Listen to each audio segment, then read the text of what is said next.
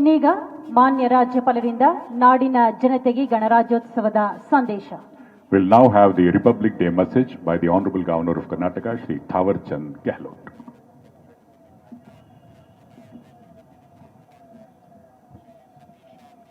75वें गणतंत्र दिवस के अवसर पर मैं कर्नाटक के निवासियों को हार्दिक बधाई एवं शुभकामनाएं देता हूं।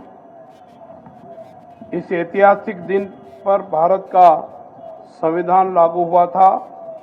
भारत के नागरिकों को न्याय, स्वतंत्रता और समानता प्रदान करना, देश की एकता और अखंडता की रक्षा करना और आत्मसम्मान जीवन प्रदान करना संविधान का उद्देश्य है।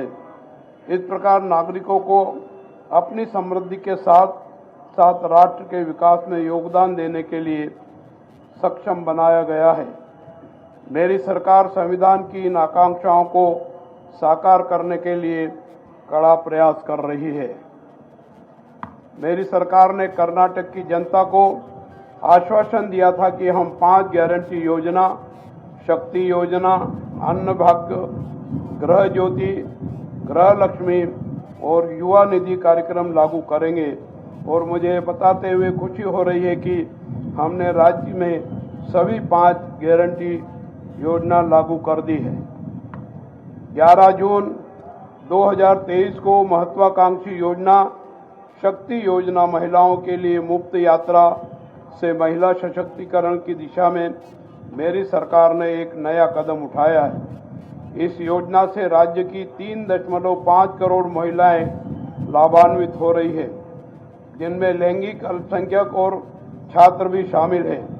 शक्ति योजना की शुरुआत से अब तक महिलाओं ने 134.34 करोड़ बार यात्राएं कर इस योजना का लाभ उठाया है।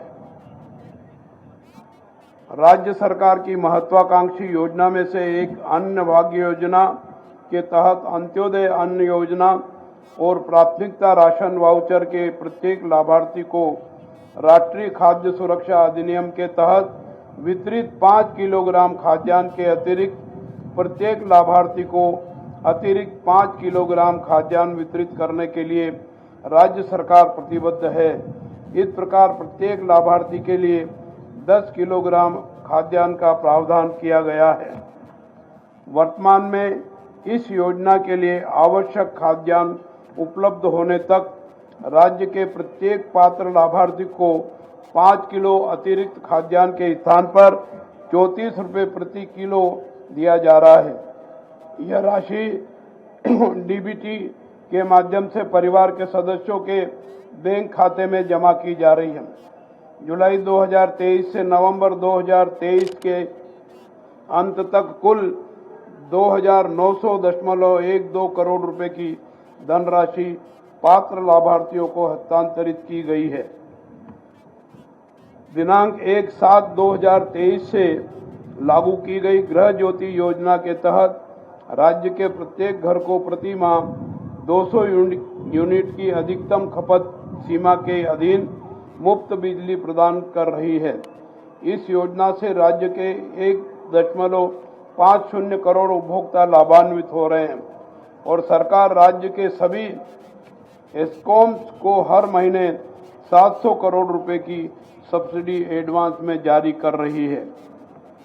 गृह लक्ष्मी योजना के तहत 17,500 करोड़ रुपए का अनुदान आवंटित किया गया है, जो राज्य में प्रत्येक परिवार की महिला मुखिया को 2,000 रुपये प्रदान करता है। योजना के तहत 1.17 करोड़ महिला लाभार्थियों को पंजीकृत किया गया है और उक्त लाभार्थियों को डीबीटी के माध्यम से कुल 8,181 करोड़ रुपए का अनुदान जारी किया गया है। सरकार द्वारा वर्ष 2022-23 में युवा निधि योजना के तहत स्नातक और डिप्लोमा धारक जो 180 दिन पूरे होने के बाद भी रोजगार नहीं पा सके, उन्हें क्रमशः 3,000 रुपये और 1,500 रुपये मासिक भत्ता मिलेगा और यह बेरोजगारी भत्ता 2 वर्ष की अवधि के लिए अथवा 2 वर्ष के भीतर रोजगार मिलने तक जारी किया गया है।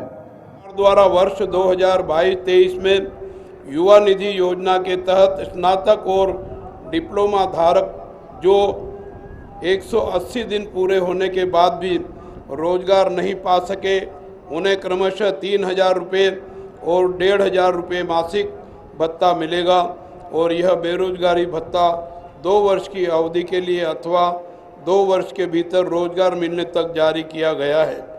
यह योजना राष्ट्रीय युवा दिवस के अवसर पर स्वामी विवेकानंद जयंती पर लागू की गई है। इस प्रकार मेरी सरकार ने गारंटी योजनाओं को सफलतापूर्वक लागू करके अपना आश्वासन पूरा किया है। सूखा मैनुअल 2020 में उल्लिखित मानदंडों और प्रक्रियाओं के अनुसार कर्नाटक ने 236 तालुकों में से 223 तालुकों को सूखाग्रस्त घोषित किया है, जिनमें से 196 तालुकों को गंभीर सूखाग्रस्त घोषित श्रेणी में घोषित किया गया है। राज्य सरकार ने 195 सूखा प्रभावित तालुकों में सूखा राहत और शमन उपाय करने के लिए एनडीआरएफ से धनराशि की मांग की है।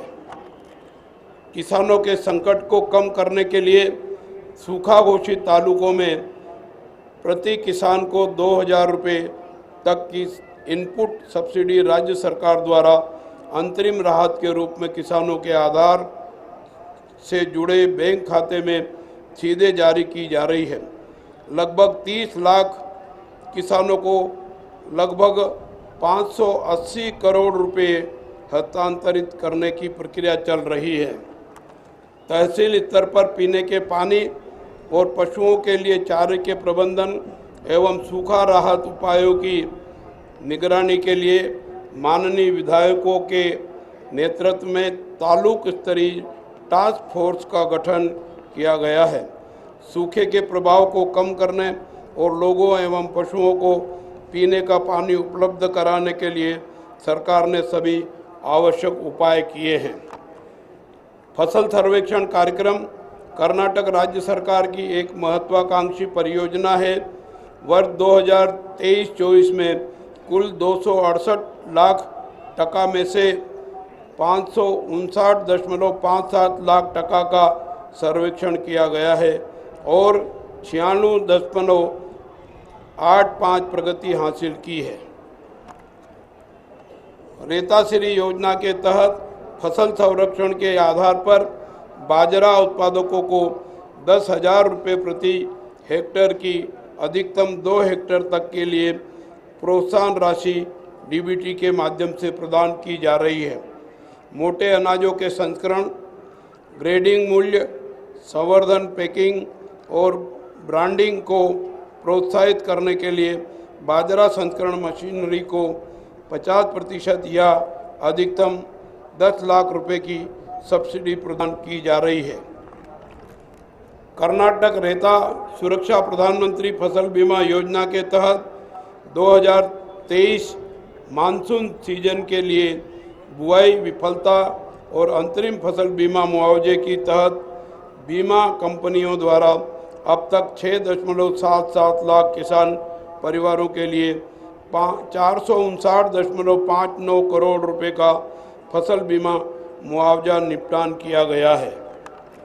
महात्मा गांधी राष्ट्रीय ग्रामीण रोजगार गारंटी योजना के तहत जनवरी 2023 से दिसंबर 2023 के अंत तक 37.03 लाख परिवारों के 63.13 लाख लोगों को रोजगार उपलब्ध कराया गया है। राज्य में कुल 101.18 लाख ग्रामीण परिवार हैं, जिनमें से 72.38 लाख परिवारों को ग्रामीण पेयजल योजना जल जीवन मिशन के तहत कार्यात्मक घरेलू नल कनेक्शन प्रदान किए गए हैं। वर्ष 2023-24 के लिए 35 लाख से अधिक किसानों को 25,000 करोड़ रुपए का कृषि ऋण देने का लक्ष्य है। 17.24 लाख किसानों को 13,672.74 करोड़ रुपए का फसल ऋण वितरित किया गया है। 57,775 किसानों को 461 करोड़ रुपए का मध्यम एवं दीर्घकालिक कृषि ऋण वितरित किया गया है। बजट घोषणा के अनुसार कर्नाटक राज्य को एनीमिया मुक्त राज्य बनाने के लिए 185.74 करोड़ रुपए की कुल लागत पर एनीमिया मुक्त पोषण कर्नाटक योजना लागू की गई है।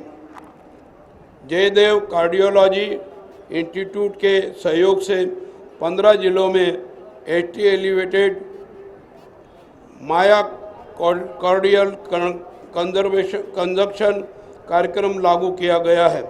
इस कार्यक्रम के तहत अप्रैल से नवंबर तक 80,054 ECG किए गए हैं, जिनमें से 1,084 हृदय रोगियों का तृतीयक स्तर पर इलाज किया गया है।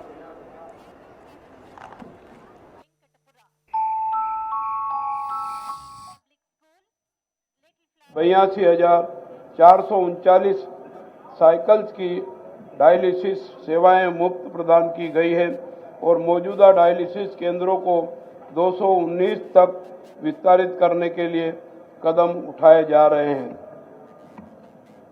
बेहतर आपातकालीन स्वास्थ्य सेवाएं प्रदान करने के लिए 108 आरोग्य कवच योजना के तहत 262 नई, जिनमें 105 एडवांस्ड लाइफ सपोर्ट एम्बुलेंस और 157 बेसिक लाइफ सपोर्ट एम्बुलेंस सेवाओं को शामिल करने के लिए कदम उठाए गए हैं।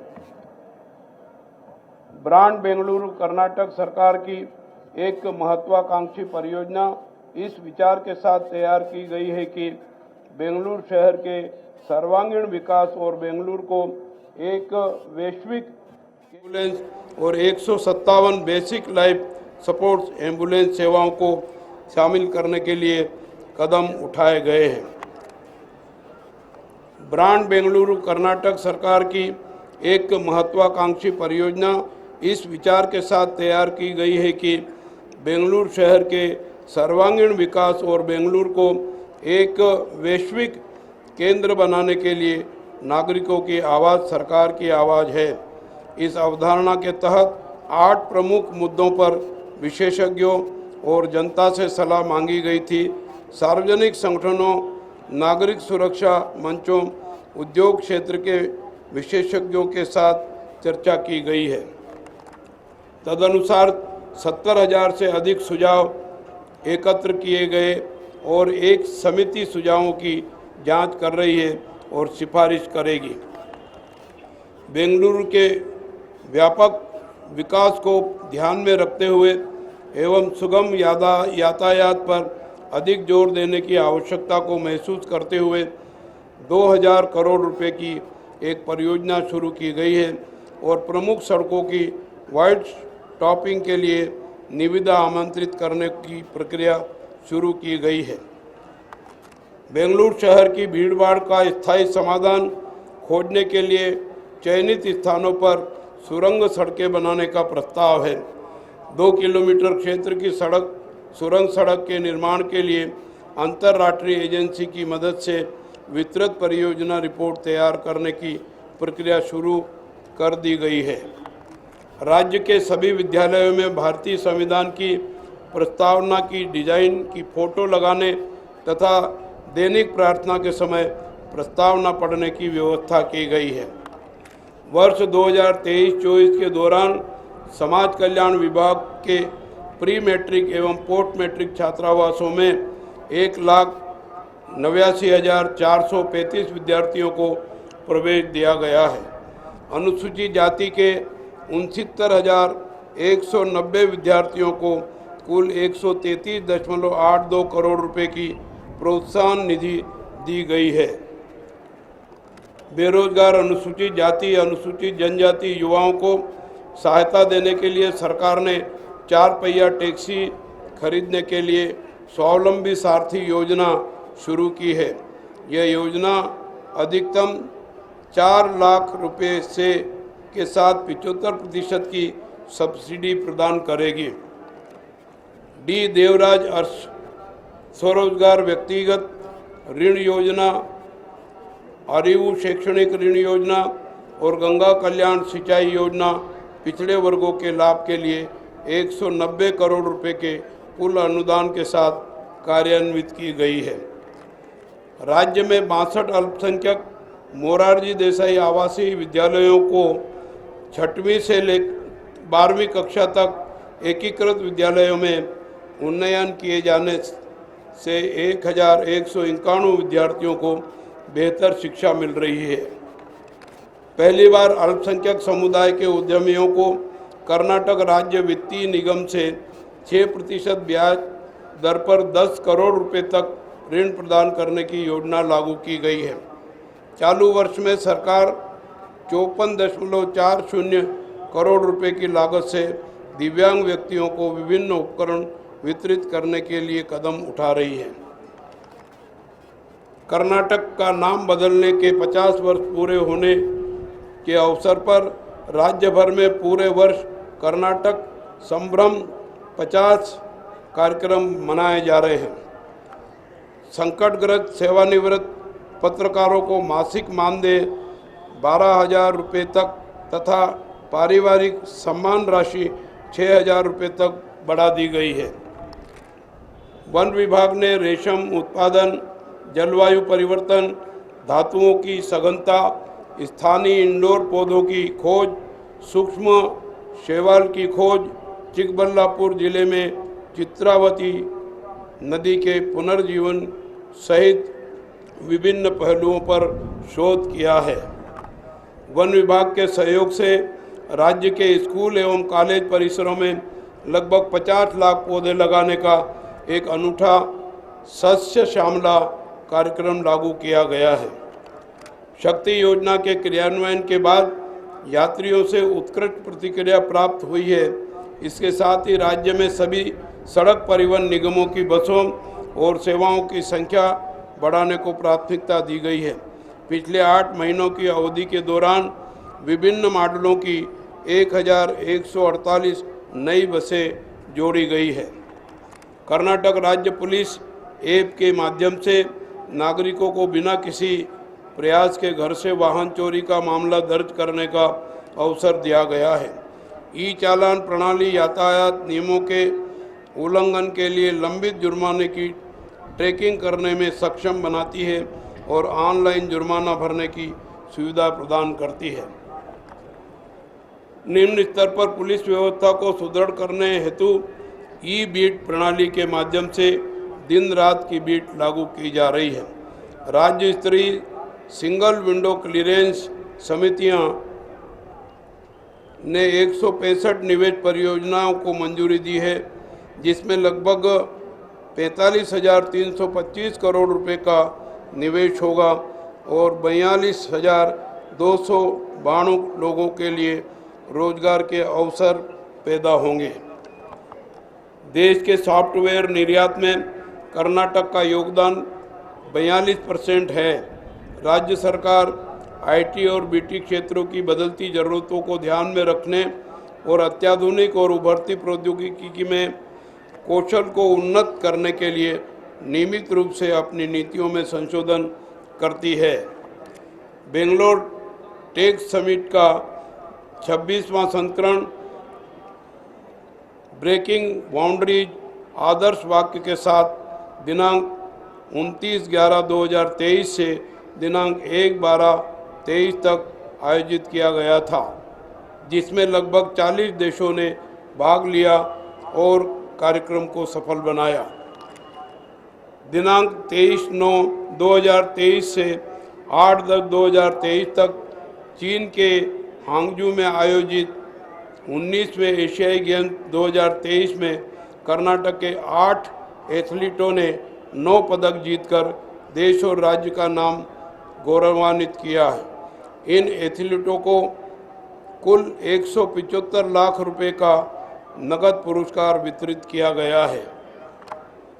राजस्व मंत्रालय के अंतर्गत कार्यरत भूमि सर्वेक्षण, बंदोबस्त एवं भूमि अभिलेख विभाग में आत्मनिर्भर डिजिटलीकरण, आकारबंद, यूपीओआर योजना, पुनः सर्वेक्षण आदि विशेष कार्यक्रमों पर विशेष जोर दिया गया है।